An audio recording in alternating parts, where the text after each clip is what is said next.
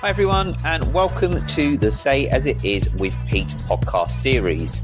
I'm Pete, your host, and each week I will bring you some frank and honest conversations covering various topics from learning and development, apprenticeships, funding, HR, strengths, recruitment, ESG, well-being, ED&I, employability, and much, much more. So let's get this week's episode underway and say as it is. Hey everybody, and welcome to another episode of Say As It Is with Pete. And as always, I'm your host, Pete. As we continue this week for National Apprenticeship Week, today is T-Level Thursday. We're in the fourth day of National Apprenticeship Week 2024, and what a week it has been. Hopefully you've listened to some other previous episodes for this week where I launched our Apprenticeships for All podcast, followed by our Employer Tuesday, and then our Apprentice Wednesday. So following in line with the different themes for the week, and as it is Thursday, today celebrates the second year running where T-levels have been featured in National Apprenticeship Week. Now, T-levels have been spoken about, and it's something that I've not spoken about. And I know of, I should know a little bit more about, and I've been brushing up my industry knowledge on T-levels. And T-levels are interesting. And I think it's time to kind of explore them a little bit with everybody, for both kind of employers and kind of potential individuals. It's an alternate to an apprenticeship or a stepping stone to an apprenticeship. So I'm going to explain a little bit more in this episode about T-levels and what T-levels are, and how they can kind of benefit companies, but also tell you what currently T-levels are being kind of offered at the moment, because T-levels is very specific I can't even say the word Pacific, but with T-levels themselves, they only cover certain areas, whereas apprenticeships cover so many different areas. T-levels focus more on kind of the technical side rather than the practical. There's an 80-20 split. So 80% on kind of the classroom and theory, and then 20% on kind of the practical experience. So I will go through that with you in this episode. So as I said, during T-Level Thursday, the Department for Education will showcase students, training providers and employers on their social media channels that are involved in delivering T-levels. So the Minister of Parliament Secretary will show their support and will also utilise businesses and stakeholder networks to amplify and share T-level stories and messages during the day. So keep an eye out for them. And if you're following the T-levels LinkedIn account, they do have a post going out at 10 a.m. So look out for that one as well. Now, T-Level Thursday is also a great opportunity for the chance, as I say, to highlight T-levels as a high quality and world-class qualification. It also helps raise awareness of them and the kind of skills areas, the industry sectors they're in, and where you can find them in your regions. They also have a chance to demonstrate that they are an kind of excellent route into a degree apprenticeship, because you can go from kind of a level 2, level 3, level 4, level 5, level 6, and level 7. So there are degree apprenticeships out there. I'm currently just finishing my foundation degree, so I know that they're there. It also will help encourage employers to offer industry placements, and it will also drive registrations for September 2024 and beyond. So look, T-levels are out there, and you know, it's one of those things where you think, oh, you got apprenticeships, you got T-levels, you got work boot camps. Well, what are T-levels? So let's explore that a little bit more and dive into that one. So T-levels are a new qualification for students aged 16 to 19 in England who have finished their GCSEs. So these are alternate to A-levels and apprenticeships. So giving young people the technical and practical skills needed to be an asset in the workplace. So with the T-levels, they combined a mixture of classroom learning with industry placements. So kind of hand in hand. So, the industry in these T-levels have been designed with employers for employers. So a good thing that I love about the way that the new standards have come in and T-levels have come in is there's a lot more employer engagement in this one. So there's a lot, and I sit on the Trailblazer board for hospitality level 2, and that's currently in a rewrite, and I'm not saying any more than that. So be prepared for that one to come out, and it's pretty good. I think we've done quite well so far on it. But with the qualifications and like the T-levels, everything is designed around employers, and employers have a big say in how these qualifications should look, rather than academics sitting there saying what they think or what the government thinks people should know, like the old MVQs and QCFs, but it's now kind of employer-led, so it's perfect. And that's why we have people like the Institute for Apprenticeships that get involved and things that really kind of drive them home. So employers have looked at, the areas that they face a skills shortage that could impact the future success of businesses. So in response to this, the government has worked alongside hundreds of employers, as I said, to design what they call T-level courses that deliver the skills that organizations like yourselves or the organization I work for need. So each T-level is equivalent in size to 3 A-levels and helps young people develop the knowledge, attitude, and practical skills to thrive in the working world or the workplace. So at the heart of each course, every T-level student completes an industry placement. So the placement should last a minimum of, say, 315 hours, so approximately 45 days. So industry placements give a unique opportunity to help kind of develop new talent in our industries and get young people kind of work ready. Now, as we know, it's sometimes hard to get people or young people into work, or people want to get into work, but they're not sure. And, this week, so Monday, Tuesday, Wednesday, for the company I work for, I've just had this amazing guy called Anhil. He's 15.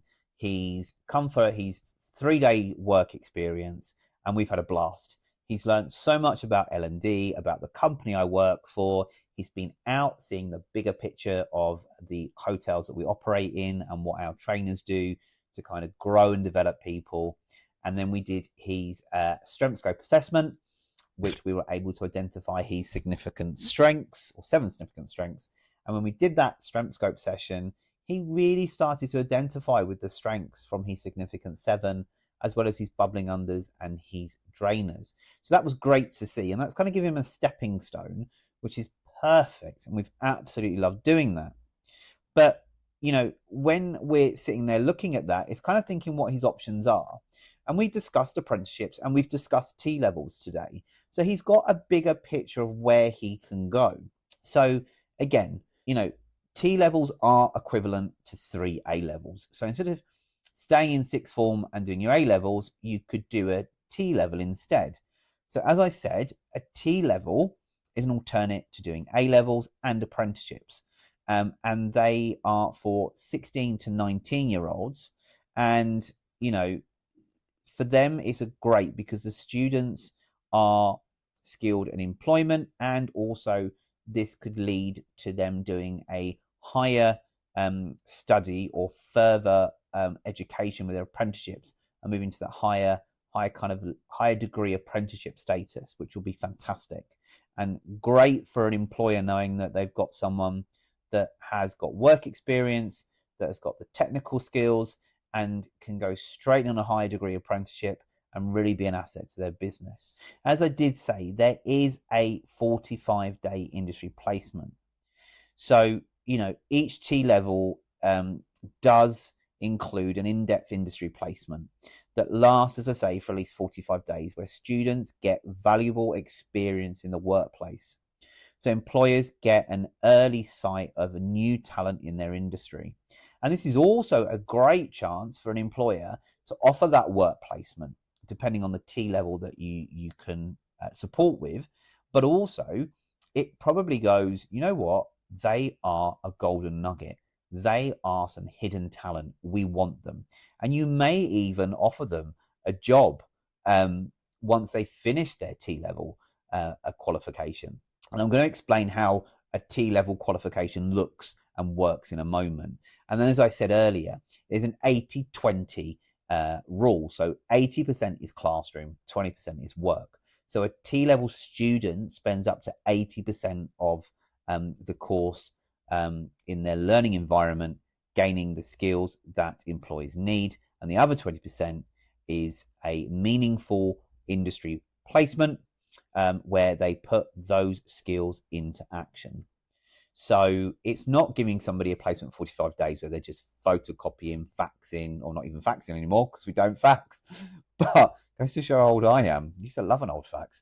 But there's no point of getting them to scan documents, make the tea and coffee, work the post room, just answer the phones and do nothing else. It's got to be meaningful.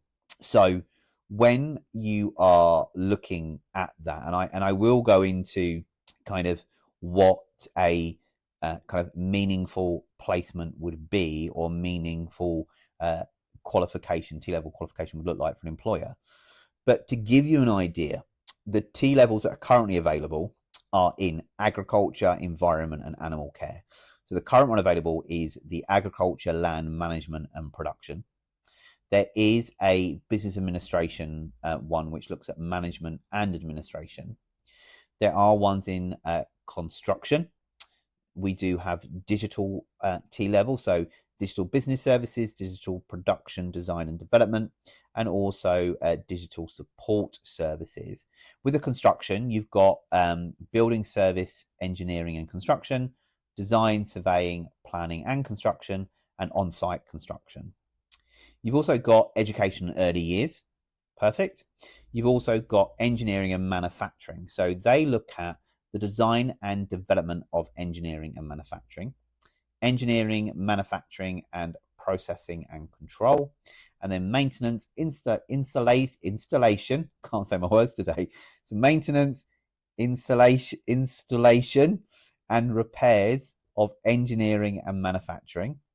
I'm really tongue-tied today. I don't know what's wrong with me. There's health and science. So it looks at health, it looks at healthcare science, and it looks at science in general. There's also a legal, finance, and accounting. So you've got accounting, finance, and legal services. They're the current ones that are available at the moment. As you can see, very condensed and different to the plethora of 300 plus apprenticeships that are out there at the moment. Then in September 2024, yes, 2024, there are more T levels coming. And the additional T levels to be added are animal care and management, catering, craft and design, hairdressing, barbering and beauty therapy, media, broadcasting and production, and we have sales, marketing and procurement. So, as these T levels roll out, employers across England are, parenting with local schools and colleges to do industry placements, and you could do the same. So you can join the vocational revolution right now, and there are ways to do that. So as you can see, there are very kind of limited T levels on what's on offer. So for like my industry at the moment, I work for a company that looks after housekeeping teams, and there's not really anything there for the hospitality sector apart from catering, which is coming in 2024. And just to kind of touch on the catering one, what that's going to do is, that's going to help students that will develop an understanding of a broad range of issues relevant to the sectors, which include, culinary quality, kitchen operations, health, safety and security, nutritional analysis, food safety practices and processes, and businesses including risk assessments, waste management, principles, and supply chain management. So there's a few there, and they're currently being worked on and will be released. So it'll be interesting to see how kind of they turn out. And again, T levels are always a good thing to watch out for, because when you're watching them, it's seeing how they're implementing, how they're working, what the success rates are. And we all kind of know what the apprenticeship success rates are, what the number of starts, achievers, leavers, all those kind of things. So T levels are still fairly new, and it's interesting to see how they're progressing. And I'm currently looking at T levels at the moment for my organization and seeing how they could fit within our organization and benefit the business. Now, if we look, for example, at the delivery for an employer on how this would look, I've got the business administration. So this is the management and administration T level qualification. So with this one, I'm going to explain how it works. So you get kind of an idea of kind of what it's going to cover, what it looks like, and how it kind of looks in itself. So with this itself, and I've just skipped one, it's going to I'm just going to open up a couple of windows. Well, I've got this because I closed them by mistake. So as it says here, and this comes from employers.tlevels.gov.uk, and it says here that the management and administration T level, so students will develop an understanding of a broad range of issues relevant to the sector, including business context, project and change management, business behaviours, quality and compliance, which is always good.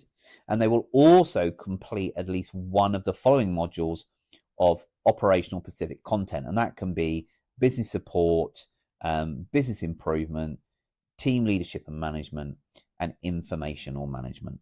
Now, when you're looking at this, there are different things to take into considerations.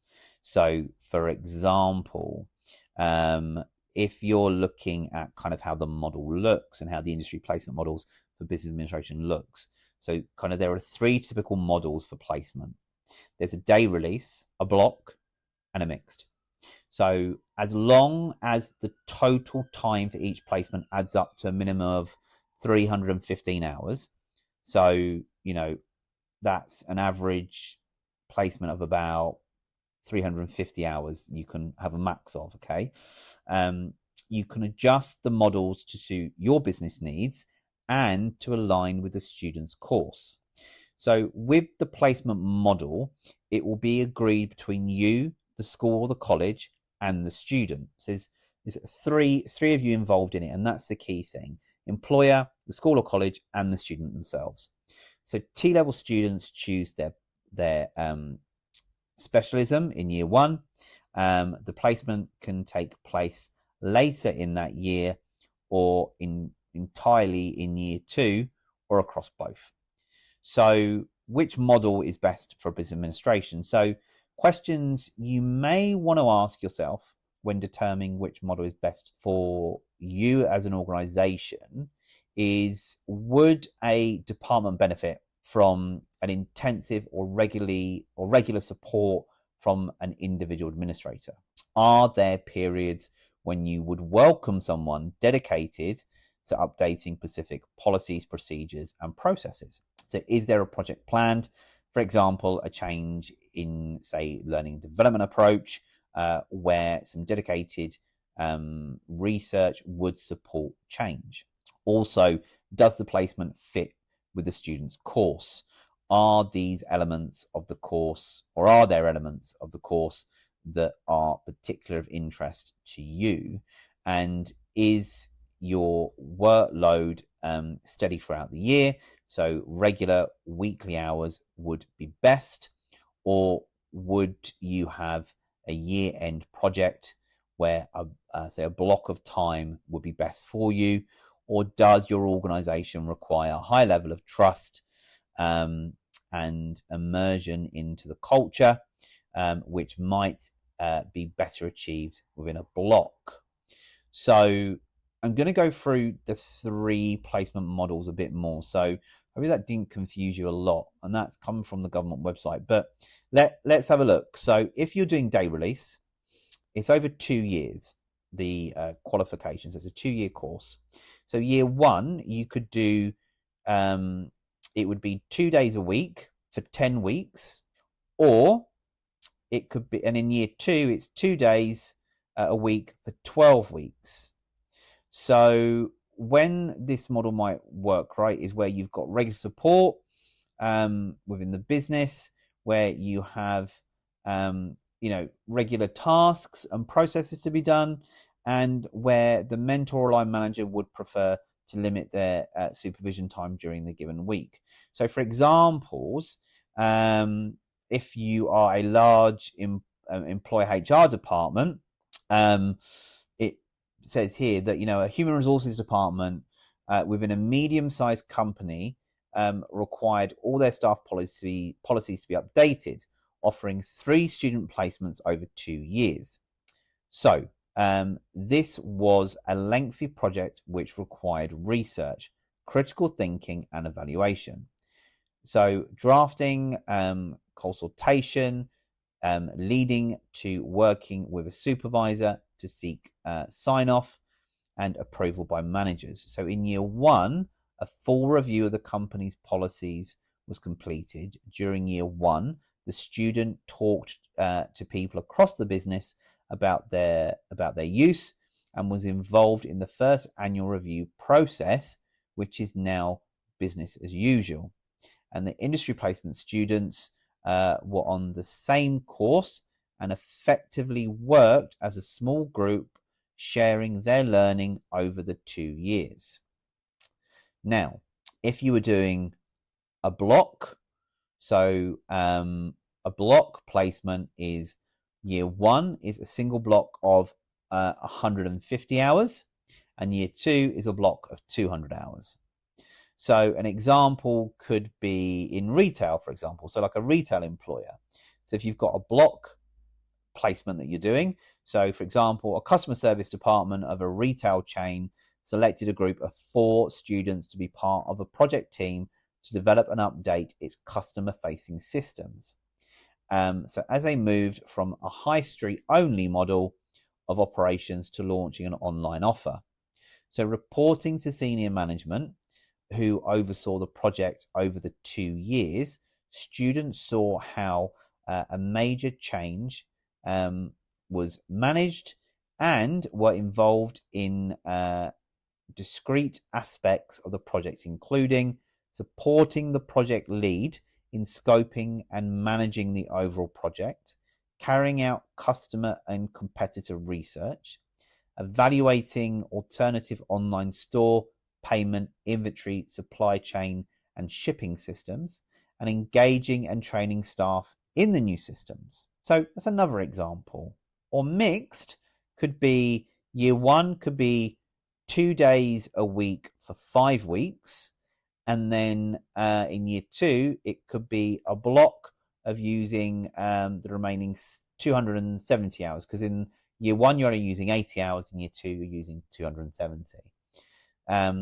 So again, you're kind of getting the idea, but you can split your time. So again, if you're doing day release, you can do 2 days a week for 10 weeks.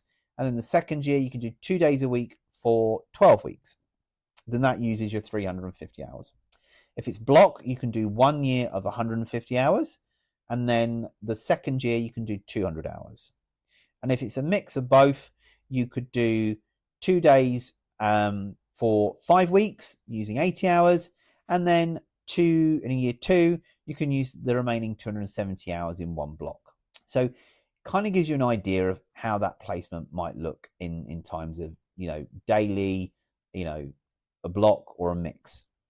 So, there are other things you can do in planning your placement. And you should also think about your projects and activities that can allow the students to apply and enhance their knowledge of the industry as well as their technical skills. and also add value to your organization. So again, there are lots of things that you can think about, and it's all about collaboration, and it's you collaborating with the students and the school or college. So students taking this management administration T-level, for example, will have a broad understanding of the sector and will be studying occupational Pacific modules. So, you've got to have those conversations. It's not like, oh yeah, we're going to offer a T-level in management and administration. Well, actually, what are you going to do? How are you going to do it? Is there a project? Is there time you can allocate? What do you want them to do? So having those conversations with the school or the college that are offering T-levels to their students, always explore that option. So, there's many things that you can do, and many projects that you can work on, and there's lots of ways that you can do it and explore T-levels. And I think T-levels are going to be interesting. There's a couple of things that you also need to take into consideration when looking at providing a T-level within your organization, and they're things from safeguarding.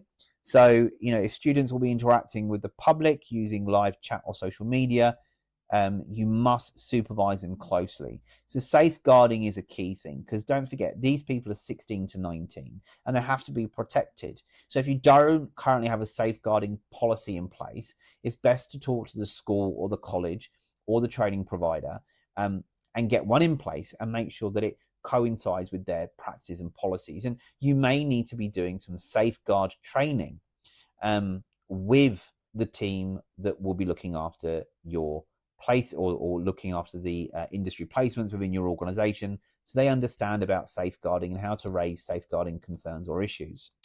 You need to look at excuse me, you need to look at accessibility. So apologize for that. So make sure that if you are to host students with special educational needs or disabilities in the business and administration placement, you may need to take reasonable adjustments and ensure that your technology is accessible to people. For example, like impaired vision, motor disabilities, cognitive impairments, or learning disabilities, deafness, impairment hearings. You need to make sure that if you're a disability confident employer, that you adjust things reasonably to support those that you're taking. Also, think about confidentiality and data protection. Also, think about, is the organizational Pacific? So is this going to be organizational Pacific to you? So you may need to deliver training to students so that they understand and comply with any industry Pacific requirements. For example, training on money laundering in the finance sector or gift policies in the public sector. So you've got to think about that as well. So, what they need to do. So are there any policies or like anti-bribery and corruption? Do you need to put them through that training? Do you need to put them through your environmental policy? Do you need to put them through like lone working training? Anything that you need, counter-terrorism training. And there's a great one by Protect UK, and it's called Act Awareness, and that's great training, and I highly recommend that, as well as kind of the run, hide, tell training that the counter-terrorism offer as well. That's quite interesting. About how to keep safe in the event of a terror attack in an office environment or in public. So I'm not going to dwell on that, but there is that out there. If you want to know how to access that, reach out to me and I can tell you. But from looking at T-levels, yes, they're currently restricted to certain job roles or certain industries or sectors. So as I say, they're very limited. There's not a lot there, but you've got to remember, if you're going to be looking, say if you're someone who's 16 to 19, you're a parent or guardian or carer of a young person, and you're thinking, well, in education in the UK, you need to keep people in education until they're 18. To be in education till 18 is quite a struggle sometimes. So if you want to leave school at 16, you've got a choice to go to college, stay in sixth form, or take an apprenticeship. Well, now you have another route, and that's to take up a T level. But you've got to have that passion. And sometimes it's great because you've got a work placement, but you've also got the chance to learn the technical side. So as it says, 80% learning in the classroom, 20% in the job. So those kind of 45 days of learning over the 2 years. Great, fantastic. As an employer, really look at these and see how they're going to benefit you. There's lots of information on the government websites and the T-level websites. Just type in T-levels, click on the first one that comes up in Google, which is the T-level government website. It's got loads of information for students and employers. And if you're ever unsure, there's lots of people you can reach out to and have a chat with. But T-levels are that kind of stepping stone for someone that is wanting to put a twist to their A-levels and do something different. But also what it can do is give that person a stepping stone into kind of, their kind of career and into, potential high level apprenticeship.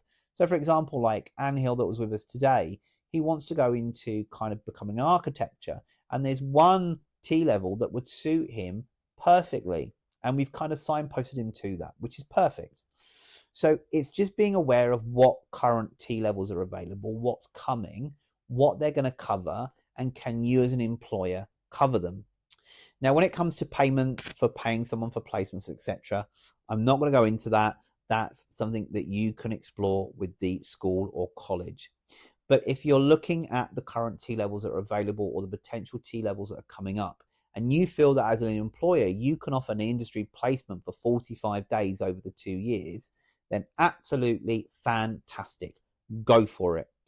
Find a college or a school, and there are mechanisms on the T-levels website for you to link into schools and colleges to see how you can work with them to provide those placements.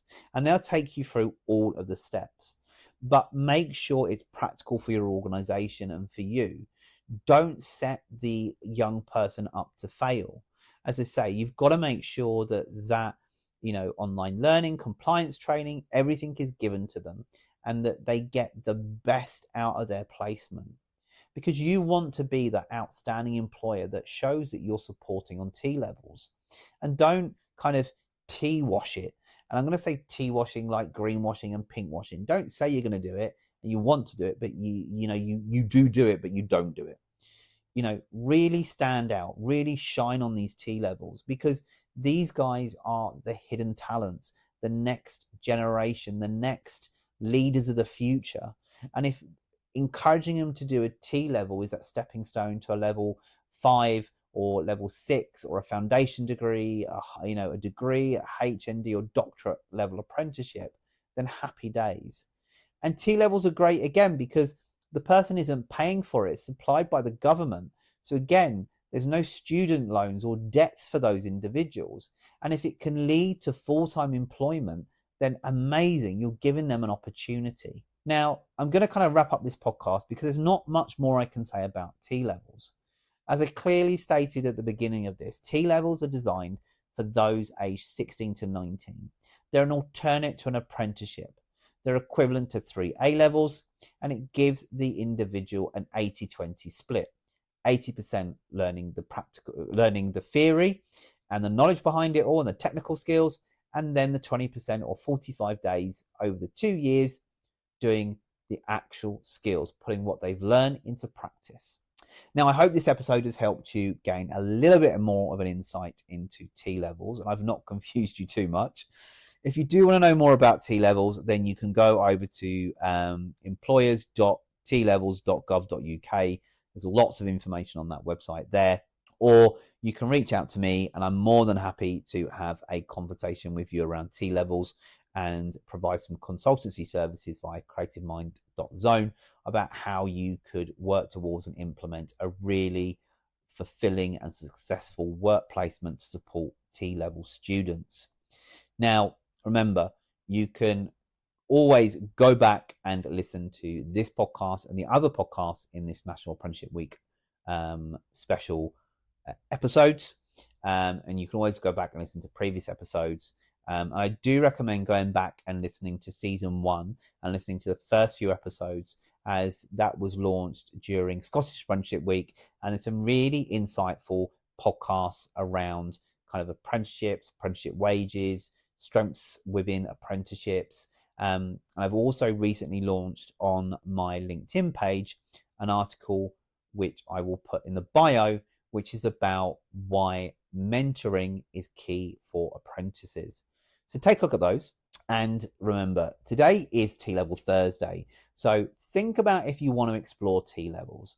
Don't forget that you can always explore, find out more, and be more informed before making that decision for your organization. And anybody between 16 to 19 that is considering whether a T-Level or an apprenticeship is worth it, take a good look at both. Speak to teachers, speak to career advisors, reach out to anybody that offers T-Levels, or try and look for anybody in the T-Level ambassador network that, you know, celebrates them. Remember to look on social media for, you know, the hashtag T-Level Thursday, and you'll find lots of posts and information on social media, from Facebook to Instagram to even TikTok to LinkedIn and wherever or whatever social media platforms you use regularly. Now, tomorrow is Friday, and Friday is graduation day. Yes, graduation Friday. I will be talking about graduation Friday and celebrations and achievements for National Apprenticeship Week as we come to Friday itself. But never fear, you've got me for another episode. So again, thanks again for listening to this podcast. As I say, you can go back and listen to this and previous episodes on the Say As It Is with Pete podcast series via Apple Podcasts, Amazon Music, Spotify, RSS.com, wherever you get your podcasts or you're listening to this. You can also head over to the YouTube channel, Say As It Is with Pete, and listen to this on YouTube as well. Once again, thank you for tuning in. Thank you for listening. Thank you for subscribing and listening, everybody. And I will catch you on Friday's episode.